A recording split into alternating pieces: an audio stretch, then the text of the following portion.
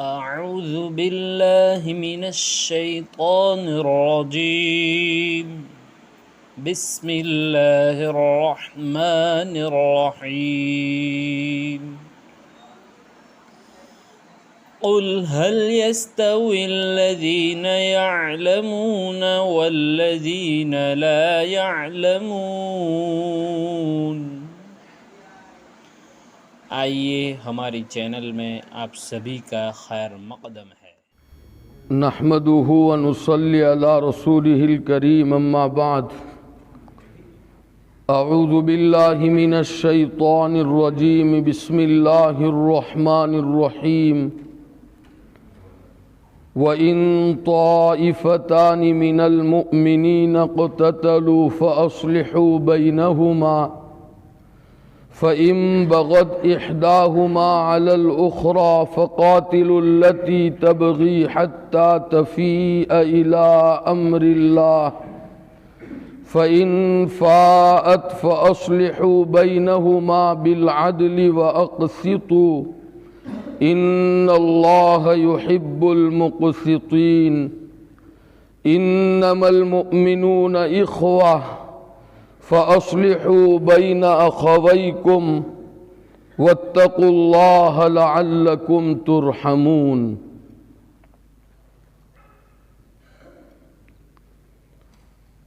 جو آیات کریمہ تلاوت کی گئی، اللہ رب العزت نے ان آیات کریمہ میں مسلمانوں کو بہت اہم ہدایت فرمائی ہے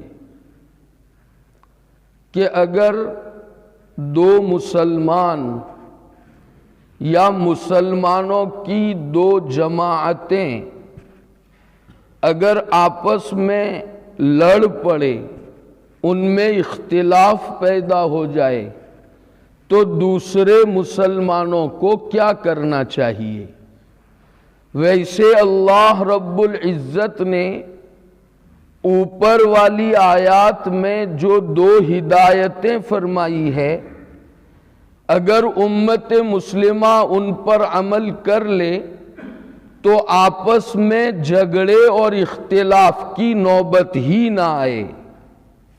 ایک ہدایت اللہ پاک نے یہ فرمائی تھی کہ اگر کوئی فاسق، دین سے بے بہرا شخص تمہارے پاس کوئی خبر لے کر آئے تو جب تک تم اس خبر کی تحقیق نہ کر لو، اس پر کوئی اقدام نہ کرو، کوئی ایکشن نہ لو، یعنی فاسق اور بے دین لوگ جو افواہ پھیلاتے ہیں، جو غلط خبر عام کرتے ہیں، اس کے اوپر کان نہ دھرو۔ اگر امت مسلمہ اس ہدایت پر عمل کر لے تو بہت سے جھگڑے تو خود بخود اپنی موت مر جائے۔ آج کل ہم معاشرے میں دیکھتے ہیں کہ دو مسلمان یا دو جماعتیں مسلمانوں کی آپس میں جو لڑتی ہے، اس کی بنیاد ایک بے تحقیق بات اور افواہ ہوتی ہے۔ کسی نے افواہ پھیلا دی، لڑائی جھگڑا کرنے کے لیے دیاسلائی سلگا دی، اب اس پر ایکشن لے لیا، آپس میں لڑنے لگے۔ تو اگر اس ہدایت پر عمل ہو جائے کہ کسی کی بھی خبر پر بغیر تحقیق کے ہمیں کوئی اقدام نہیں کرنا، کوئی ایکشن نہیں لینا، تو بہت سے جھگڑے تو خود بخود ختم ہو جائیں گے۔ دوسری ہدایت اوپر ہمیں یہ کی گئی ہے کہ اگر تم نبی کریم صلی اللہ تعالی علیہ وسلم کی جو تعلیمات و ہدایات ہیں، اگر ان پر بلا چون و چیرا عمل کرو گے اور اپنی ذاتی رائے پر چلنے کے بجائے حضور اکرم علیہ السلام کی تعلیم اور ہدایت پر اگر چلو گے تو تمہارے درمیان جھگڑے کی نوبت ہی نہیں آئے گی، وَاعْلَمُوا أَنَّ فِيكُمْ رَسُولَ اللَّهِ۔ جھگڑے جو ہمارے درمیان ہوتے ہیں وہ اس لیے ہوتے ہیں کہ ہم اپنی ذاتی رائے کو اپنے حق میں بہتر سمجھتے ہیں اور بضد ہم اس کے اوپر عمل کرتے ہیں تو آپس میں جھگڑے رونما ہوتے ہیں۔ اگر حضور اکرم صلی اللہ تعالی علیہ وسلم کی ذات گرامی کو اور آپ کی تعلیمات کو اگر ملحوظ رکھا جائے اور اس کے مطابق زندگی گزاری جائے تو انشاءاللہ مسلمان آپس میں کبھی جھگڑ ہی نہیں سکتے، بلکہ مسلمان تو کیسا بنے گا، اس کے دل میں اللہ ایمان کی محبت ڈالیں گے اور گناہوں کی نفرت اللہ اس کے دل میں پیدا فرمائیں گے۔ وہ دنیا کی کسی معمولی چیز کے لیے دوسرے سے جھگڑے گا تو کیا، بلکہ جھگڑا ختم کرنے کے لیے وہ اپنا سب کچھ قربان کر دے گا۔ وہ یہ کہے گا بھائی میرے پہنے ہوئے کپڑے بھی لے جاؤ لیکن اللہ کے واسطے جھگڑا نہ کرو۔ اگر حضور اکرم علیہ السلام کی تعلیمات کی محبت انسان کے دل میں پیدا ہو جائے، لیکن آج مسئلہ یہ ہے کہ ہمارے دلوں میں دنیا کی محبت گھر کر گئی ہے، اس لیے دنیا کی معمولی چیز کے لیے ہم اپنے خاندان والوں سے، اپنے بھائی سے، اپنے ماں باپ سے ہم جھگڑا کر لیتے ہیں، عداوت اور دشمنی ہمارے دل میں پیدا ہوتی ہے، ہمارا اپنا دل خراب ہو جاتا ہے۔ جس دل کو اللہ نے بطور نعمت ہمیں اس لیے دیا ہے کہ اس دل کو اللہ کی محبت سے، ایمان کے نور سے آباد کیا جائے، ہمارے دلوں میں وہ کیفیات اور وہ حلاوت محسوس نہیں ہوتی ہے، اس لیے کہ ہم اپنے دلوں کو گندا کر لیتے ہیں۔ تو بہرحال ان ہدایات پر اگر چلے تو کوئی جھگڑا ہی نہ ہو، لیکن اگر اتفاق سے دو مسلمانوں میں یا مسلمانوں کی دو جماعتوں میں اگر جھگڑا ہو گیا کسی بات پر تو اب دوسرے مسلمان کیا کرے؟ دیکھیے وہی ہدایت ان آیات کریمہ میں کی گئی ہے۔ اللہ سبحانہ و تعالی فرماتے ہیں اور اگر مومنین کی دو جماعتیں آپس میں لڑ پڑے، ان میں کسی معاملے میں اختلاف ہو جائے، فَأَصْلِحُوا بَيْنَهُمَا، تو دوسرے مسلمانوں کی یہ ذمہ داری ہے کہ وہ ان دونوں کے درمیان صلح صفائی کرا دے اور جو اختلاف اور جھگڑا پیدا ہوا ہے اس کو سمجھا بجھا کر ختم کرنے کی کوشش کرے۔ یہ تمام مسلمانوں کی ذمہ داری ہے۔ آج کل ہم نے اس کو کوئی نیکی ہی نہیں سمجھا ہے، اللہ ہمیں معاف فرمائے، چند عبادات کو ہم نے نیکی سمجھ لیا ہے اور بس۔ حالانکہ مسلمانوں میں آپس میں صلح کرانا، جھگڑے کو ختم کرنا، یہ کتنا بڑا عمل ہے۔ ترمذی شریف کی ایک روایت آپ کو بغور سننی چاہیے۔ نبی کریم صلی اللہ تعالی علیہ وسلم نے ایک مرتبہ صحابہ کرام رضوان اللہ علیہ مجمعین سے یہ فرمایا، کیا میں تمہیں ایسا عمل نہ بتاؤں جو نماز، روزے اور صدقے سے بھی افضل ہے؟ نماز سے مراد فرض نماز نہیں ہے، نفل نماز ہے۔ روزے سے بھی مراد فرض روزہ نہیں ہے، نفل روزہ ہے، اور صدقے سے مراد بھی نفل صدقات ہیں۔ تو ایسا عمل نہ بتاؤں جو نماز، روزہ اور صدقہ سے بھی افضل۔ صحابہ کرام رضوان اللہ تعالی علیہ مجمعین کے دلوں میں چونکہ اعمال صالحہ کی رغبت تھی، وہ تو ہمیشہ اس کی فکر میں رہتے تھے کہ کوئی عمل صالح ہمارے ہاتھ آ جائے اور ہم اس پر عمل کر کے اپنے اللہ کے محبوب اور مقبول بندوں میں شامل ہو جائے۔ فرمایا حضرت ضرور بتائیے، ہم تو ایسے اعمال کی تلاش میں رہتے ہیں۔ تو حضور اکرم علیہ السلام نے فرمایا، اصلاح ذات البین، آپس میں صلح صفائی کرانا، جھگڑوں کو ختم کرنا، یہ نفل نماز، نفل روزے اور نفل صدقے سے بھی بہتر ہیں۔ پھر آگے میرے آقا صلی اللہ علیہ وسلم نے فرمایا وَفَسَادُ ذَاتِ الْبَيْنِ هِيَ الْحَالِقَةُ، اور آپس کا اختلاف یہ مونڈ دینے والا ہے۔ کیا مونڈ دینے والا ہے؟ کیا سر مونڈ دینے والا ہے؟ میرے آقا علیہ السلام نے فرمایا نہیں، وہ دین کو مونڈ دینے والا ہے، یعنی دین کی جو بنیادیں ہیں وہ آپس کے اختلاف کی وجہ سے اکھڑ جاتی ہے اور دین کی بنیادیں متزلزل ہو جاتی ہے۔ میں نے اپنے بچپن میں بہت دیکھا، ہمارے بڑے بوڑھے کسی بھی صورت پر مسلمانوں کی آپس کی لڑائی کو بالکل گوارا نہیں کرتے تھے۔ جہاں انہوں نے دیکھا کہ مسلمان آپس میں لڑ رہے ہیں، بے چین ہو گئے، ان کے دلوں میں اضطراب پیدا ہو گیا، انہوں نے اپنا پیسہ خرچ کر کے ان کے درمیان کسی بھی طرح صلح کروا دی۔ یہ میں نے اپنے بڑے بوڑھوں کو اپنے یہاں دیکھا ہے، اور آپ حضرات نے بھی اپنی اس بستی میں یہ دیکھا ہوگا۔ ہمارے بڑے بوڑھے سمجھتے تھے کہ یہ آپس کی مصالحت یہ کتنا عظیم الشان اور عظیم المرتبت عمل ہے۔ آج مسلمانوں کیا ہو گیا ہے اس نئی جنریشن میں اور نئے دور میں کہ ہر شخص سے یوں سمجھتا ہے اگر وہ لڑتے ہیں تو مجھے کیا پڑی ہے، لڑتے رہیں، آپس میں کرتے رہے، جلتے رہے، مرتے رہے، مجھے کیا ہے، میں تو اپنے گھر میں آرام سے ہوں۔ ارے آپ کو پتہ نہیں ہے، اگر آپسی جھگڑوں کی وجہ سے ایک مرتبہ جب دشمنی کی بنیاد پڑ جائے گی تو تمہارا اپنا گھر بھی اس سے محفوظ نہیں رہے گا۔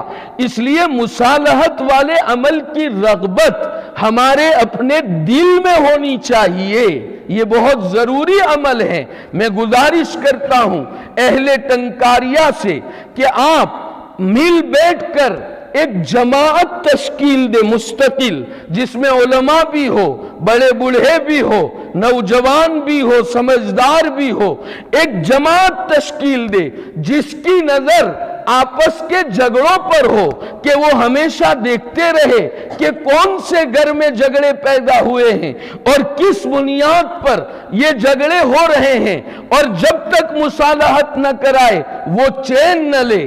یہ میری دلی تمنا ہے کہ ٹنکاریہ بستی میں اس طرح کی ایک جماعت وجود میں آئے، کوشش کریں گے نا انشاءاللہ۔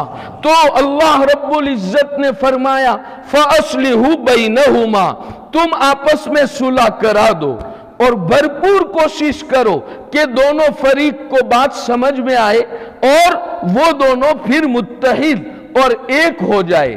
لیکن اگر مصالحت سے کام نہیں چلتا، بہت کوشش کی، اس کو بھی سمجھایا، اس فریق کو بھی سمجھایا، لیکن دونوں ماننے کے لیے تیار نہیں ہیں، تو اب کیا کرنا ہے؟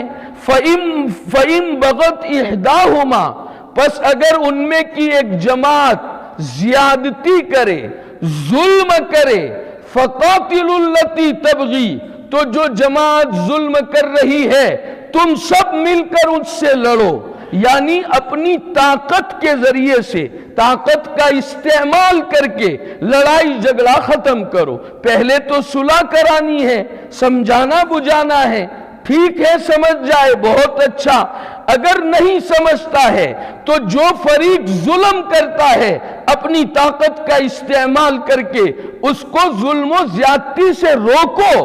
قرآن مجید ہمیں یہ ہدایت کر رہا ہے، جھگڑا باقی نہ رہنے دو۔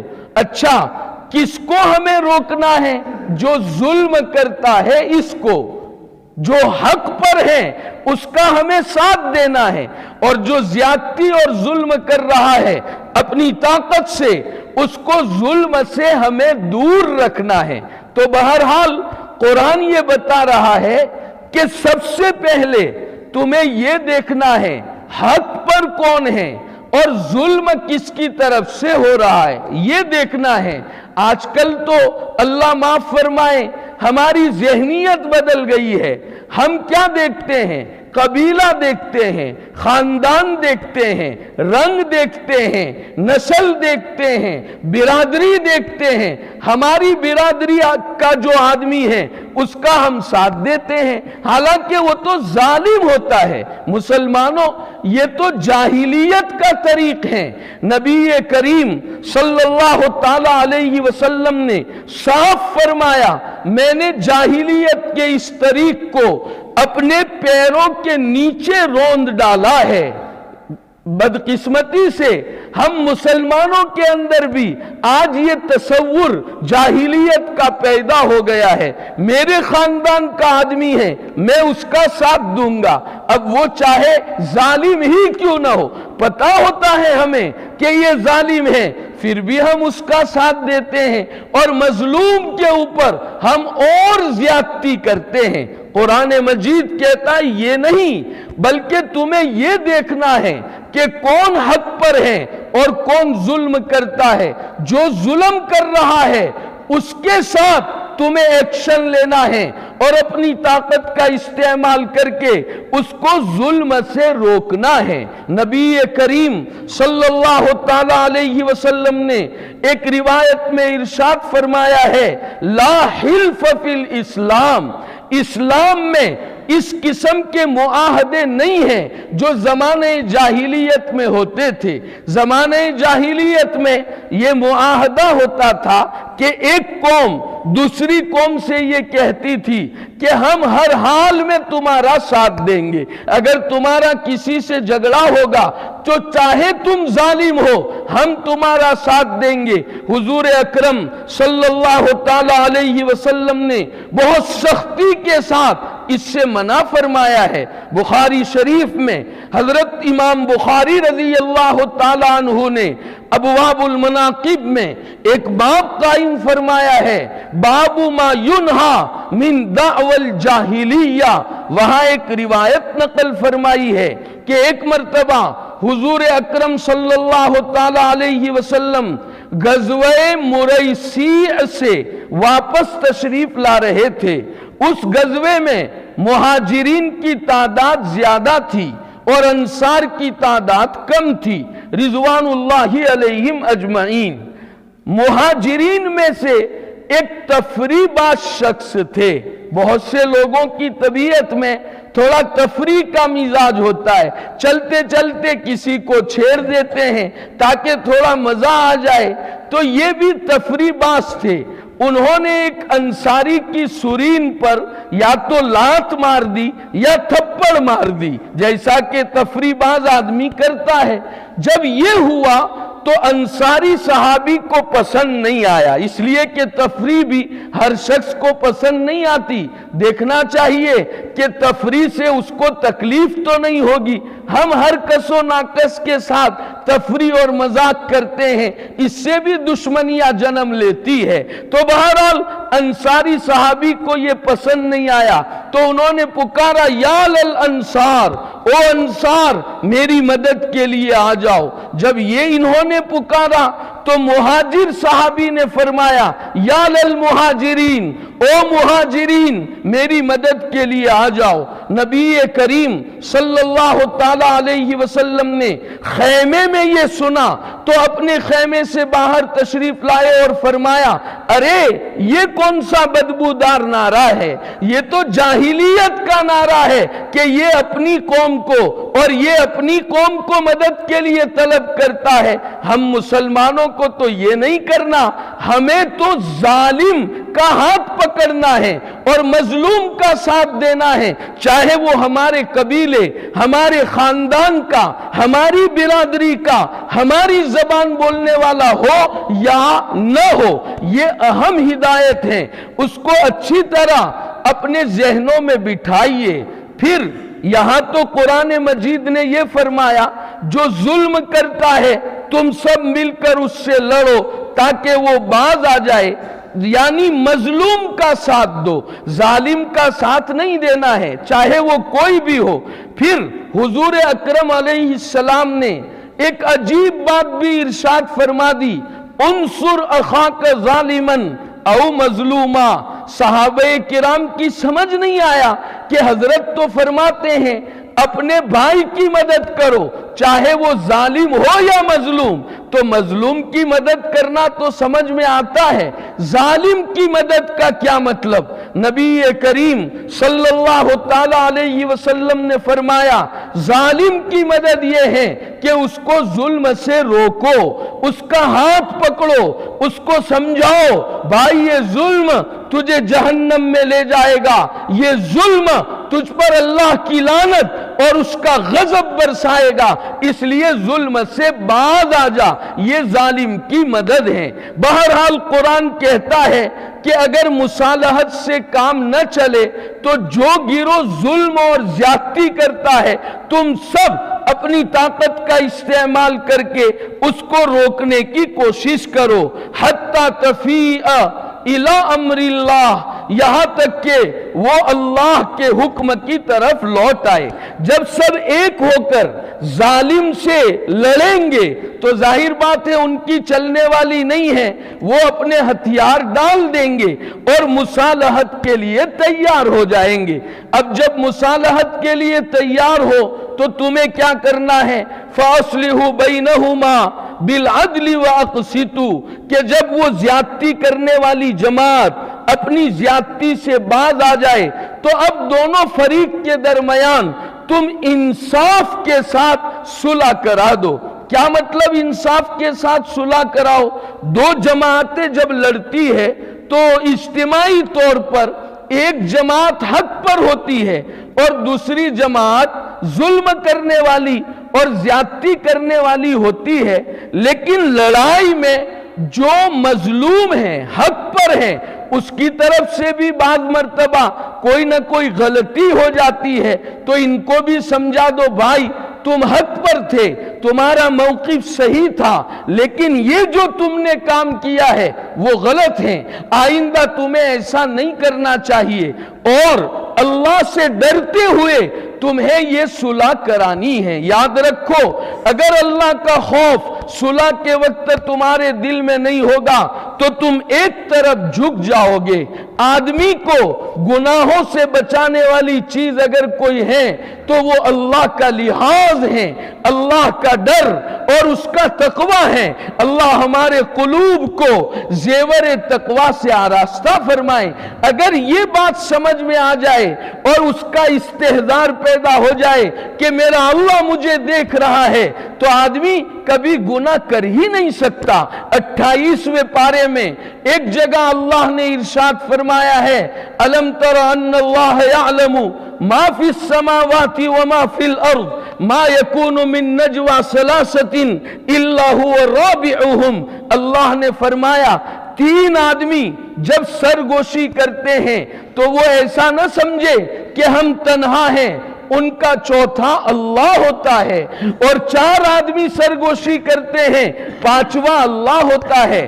سرگوشی کرنے والے کم ہو یا زیادہ ہو وہ جہاں بھی ہو اللہ ان کے ساتھ ہوتا ہے.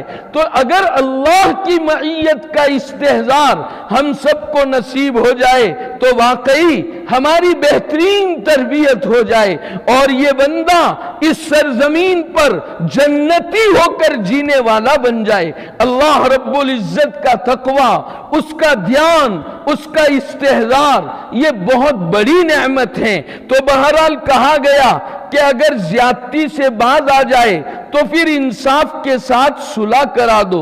وَأَقْسِطُوا، اور ہر معاملے میں انصاف سے کام لیا کرو. ان اللہ یحب المقسطین، اللہ تعالیٰ انصاف کرنے والوں کو پسند فرماتے ہیں.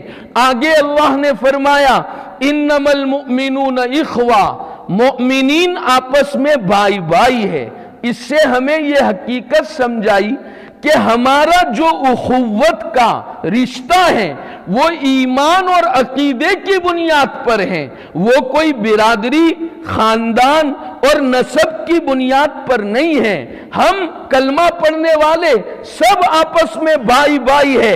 اللہ نے جو قبائل اور شعوب میں ہمیں تقسیم کیا ہے اس کا مقصد تو آپس کی پہچان ہے. لتعارفوا آگے آ رہا ہے اسی صورت میں انشاءاللہ اس کی تفصیل عرض کی جائے گی. تو اللہ نے سمجھایا کلمہ پڑھنے والا کوئی بھی ہو وہ تمہارا اپنا بھائی ہے.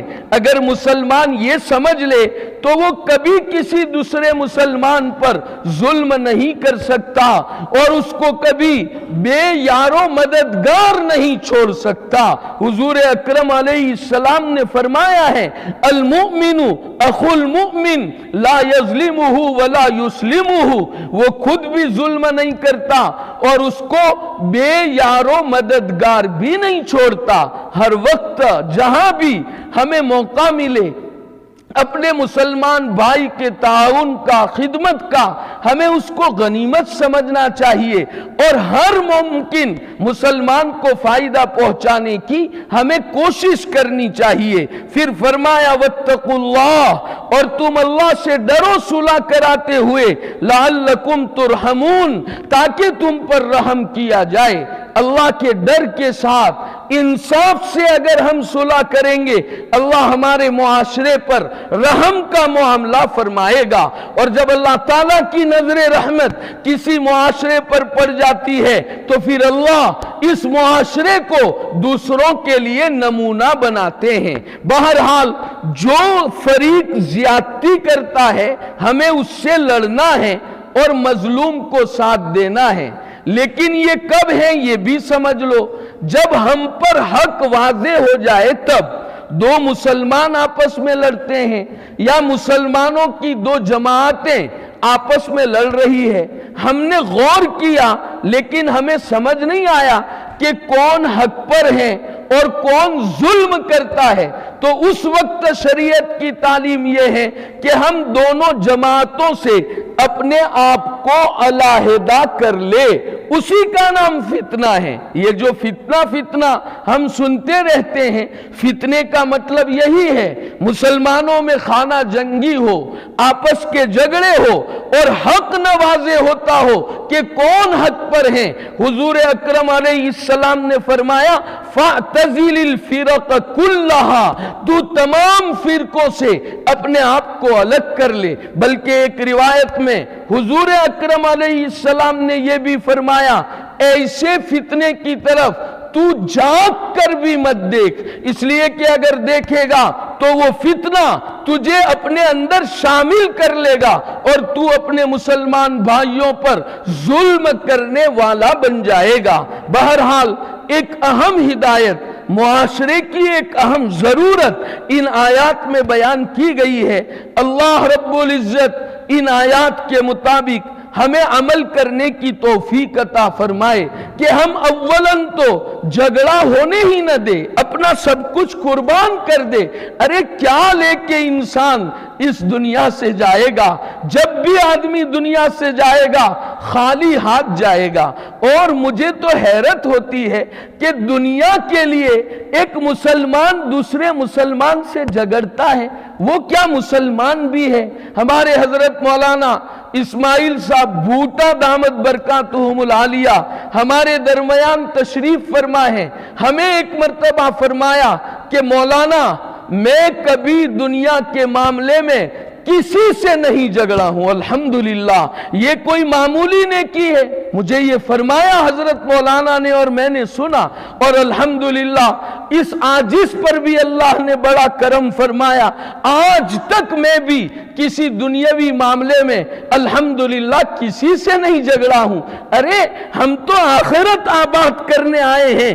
دنیا کی کوڑیوں کے خاطر, چند ٹھکروں کے خاطر ہم خاندان تباہ کریں گے, اپنا دین برباد کریں گے. اس لیے طے کر لو ہم انشاءاللہ دنیا کے لیے کبھی کسی سے نہیں جھگڑیں گے. اور اگر کسی کے درمیان جھگڑا ہو جاتا ہے، جب تک وہ جھگڑا ختم نہ ہو ہم چین سے کھانا نہیں کھائیں گے اور ہمارے معاشرے کو انشاءاللہ ہم بہترین بنائیں گے۔ ہاں لیکن ایک بات یہ بھی یاد رکھو، دین کی بنیاد پر اگر کسی سے قطع تعلق کر لے تو اس کی شریعت میں اجازت ہے۔ مثلا میرا لڑکا ہے، شریعت کی بات نہیں مانتا ہے اور دلیل کرتا ہے، ضد کرتا ہے، اللہ کے حکم پر عمل نہیں کرتا، میں نے اس سے قطع تعلق کر لیا، شریعت نے اس کی گنجائش دی ہے، بلکہ اس کا استحسان شریعت سے ثابت ہوتا ہے۔ مجھے بخاری شریف کی ایک روایت یاد آئی، اسے سنا کر بات ختم کرتا ہوں۔ حضرت عبداللہ ابن زبیر رضی اللہ تعالی عنہما، یہ حضرت عائشہ رضی اللہ تعالی عنہ کے بھانجے تھے۔ حضرت عائشہ ان کی خالہ تھی، بڑی محبت فرماتی تھی عبداللہ سے، اور عبداللہ بھی اپنی خالہ کے ساتھ بہت حسن سلوک کرتے تھے۔ حضرت عائشہ کا مزاج رضی اللہ تعالی عنہ یہ تھا کہ جو بھی ان کے پاس آتا وہ صدقہ کر دیتی تھی، کوئی بھی چیز اپنے پاس رکھتی نہیں تھی۔ تو ان کے بھانجے عبداللہ نے ایک مرتبہ یہ کہا، یہ میری خالہ کو کیا ہو گیا ہے، جو آتا ہے بس صدقہ کر دیتی ہے، ان پر بین لگانا چاہیے حکومت کی طرف سے تاکہ کچھ اپنے پاس باقی رکھے، یہ کیا جو بھی آیا صدقہ کر دیا۔ حضرت عائشہ کو پتہ چل گیا کہ عبداللہ ایسا کہتا ہے، ناراض ہو گئی اور فرمایا بات نہیں کروں گی اس سے، اگر بات کروں گی تو مجھ پر نظر ہے۔ کیا نظر اس کی تعین نہیں فرمائی، بہرحال کہہ دیا اب میرا عبداللہ سے قطع تعلق ہوگا۔ دیکھیے یہ دین کی نسبت پر تھا، صدقہ کرنا کتنا بڑا عمل ہے، اور عبداللہ کہہ رہے یہ خالہ کیا کرتی ہے۔ انصار نے، مہاجرین نے، جلیل القدر صحابہ نے سفارش کی، حضرت عائشہ نے فرمایا عبداللہ سے بات نہیں کروں گی۔ لیکن پھر ہوا یہ کہ حضور اکرم علیہ السلام کی والدہ ماجدہ حضرت آمنہ رضی اللہ تعالی عنہ و ارضاہا کا جو خاندان تھا بنو زہرہ، اس خاندان کے کچھ لوگوں نے کہا کہ عبداللہ ہم حضرت عائشہ کے پاس جائیں گے دین حاصل کرنے کے لیے، بیچ میں پردہ ہوگا، تو بھی ساتھ آ جانا، اور جب ہم بات کریں تو اندر گھس جانا، اس لیے کہ تو بھانجا ہے، پردہ تو ہے نہیں۔ حضرت عبداللہ گئے، اندر گھس گئے، بہت روئے، تب ان کی خالہ نے معاف کیا۔ ضروری ہے دین کی نسبت پر ہمیں اصلاح کرنی چاہیے اپنے ماتحتوں کی۔ ہم اگر وہ بے دینی کر رہے ہیں، گناہوں کا ارتکاب کر رہے ہیں، پھر بھی اگر کوئی سختی نہیں کرتے، کچھ نہیں بولتے، تو وہ گناہوں پر جری ہو جائیں گے۔ اپنی اولاد، اپنے جو ماتحت کے لوگ ہیں ان پر کڑی نظر رکھنی چاہیے، اگر وہ شریعت کے خلاف کرے تو ایکشن لینا چاہیے، لیکن مناسب ایکشن لے، یہ نہیں کہ گھر میں جھگڑے کھڑے کر دیے، بیٹے کو گھر سے باہر نکال دیا، جا تیری ضرورت نہیں ہے، بیوی کو بھی نکال دیا، دروازے بند کر دیے، یہ نہیں۔ شریعت نے ہمیں تعلیم کا بھی طریقہ بتایا ہے۔ اب ایک مجلس میں ساری باتیں میں کیسے عرض کر سکتا ہوں، انشاءاللہ جب موقع ملے گا اس پر بھی تفصیلی روشنی ڈالی جائے گی۔ جو ہدایات قرآن مجید کی وساطت سے ہمارے سامنے آئی، اللہ ہمیں ان پر عمل کرنے کی توفیق عطا فرمائے، اور شریعت کی ان معاشرتی تعلیمات کی اہمیت اللہ ہمارے دلوں میں پیدا فرمائے۔ آمین۔ وآخر دعوانا ان الحمدللہ رب العالمین۔ درود شریف پڑھ لیجئے۔